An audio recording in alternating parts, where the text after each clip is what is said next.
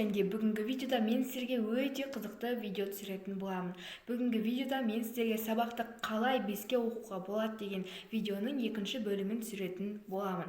Алдыңғы видео сіздерге ұнағанына өте қатты қуаныштымын. Шынымды айтсам, бұндай видеолар өзіме өте қатты ұнайды. Ал енді көп сөз видеоны бастайық.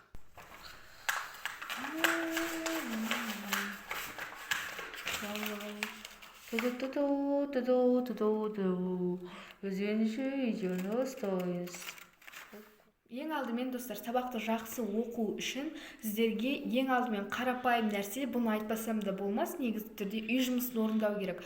Көп адамдар үй жұмысын орындамайды, бірақ та үй жұмысын орындау өте міндетті. Қалайда үй жұмысын орындау арқылы сіздер, егер мысалы түрде сіздер қате орындасаңыздар да, оны апарып тексеруден қорықпаңыздар. Себебі апайлар сізге оны кезінше түсіндіріп, қателігіңізді айтып, екінші жол сіз ол қателікті қайталамауға тырысатын боласыз. Екіншіден, негізгі түрде әр апайының өзінің бір сабақ үйрететін методикасы болады. Сол методикаға қалыптасу керек, яғни әр апайдың сабақты қалай үйрететініне байланысты сізде үйренуіңіз керек ол апайға.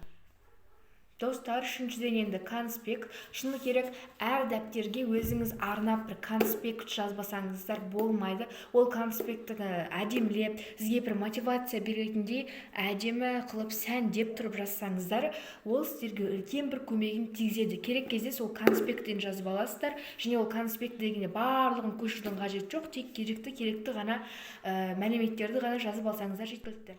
Келесі менің сіздерге кеңес беретінім ол қосымша дайындық, яғни ертеңгі материалдарға дайындалыңыздар. Мысалы ертеңгі есептерге дайындалып, жарқын шығарып барсаңыздар, оның өзі сіздерге үлкен көмегін тигізетін болады, плюс апайдан жақсы баға ала аласыздар. Осындай материалдар жинау, яғни сіздердің ертеңгі тақырыптарыңыз, мысалы Абай Құнанбайұлы туралы болса, бір қосымша дайындық апарыңыздар, сол арқылы кітаптарын оқыңыздар, сол арқылы сіздер сабақта бір апайдың сұрақтарына жақсы жауап беретін боласыздар, және де оның өзінің бір көмегі бар. Жалпы айтқанда қосымша дайындық.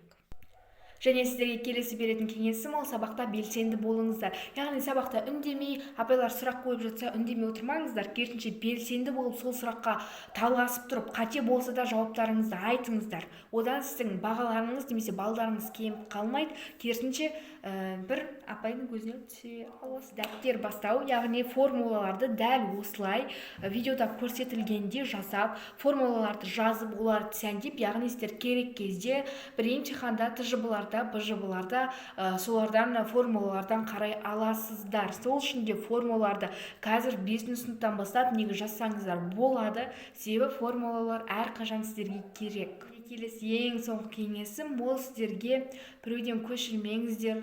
Ең бастысы көмек сұраңыздар, түсіндіруін сұраңыздар. Көшіргеннен сіздер ештеңені ұқпайсыздар. Ертең апай, мынау қайдан шықты десе, жарайды, сұрамағанның өзінде де сіздер ертең ТЖБ-да, БЖБ-да сол есептің шығарылуын дұрыс білмей отырасыздар. Оның өзі өте зиян. Сол үшін де көшіру емес, көмек сұрап түсіндіруін сұраңыздар. Немесе негізгі түрде оқушылардан емес, апайға барып сұрағандарыңыз жөн. Кеңес беремін. Достар, осымен менің видеом аяқталды. Егер ұнап жатса, өзіңнің бағаңды беріп кетуді ұмытпа. Мен сен үшін тырыстым, және де осымен менің видеом аяқталды. Ұнады деген ойдамын, және осы видеодан кейін сабақтарыңызды жақсы оқуға бір көмегін тигізді деген ойдамын. Ал енді келесі кездескенше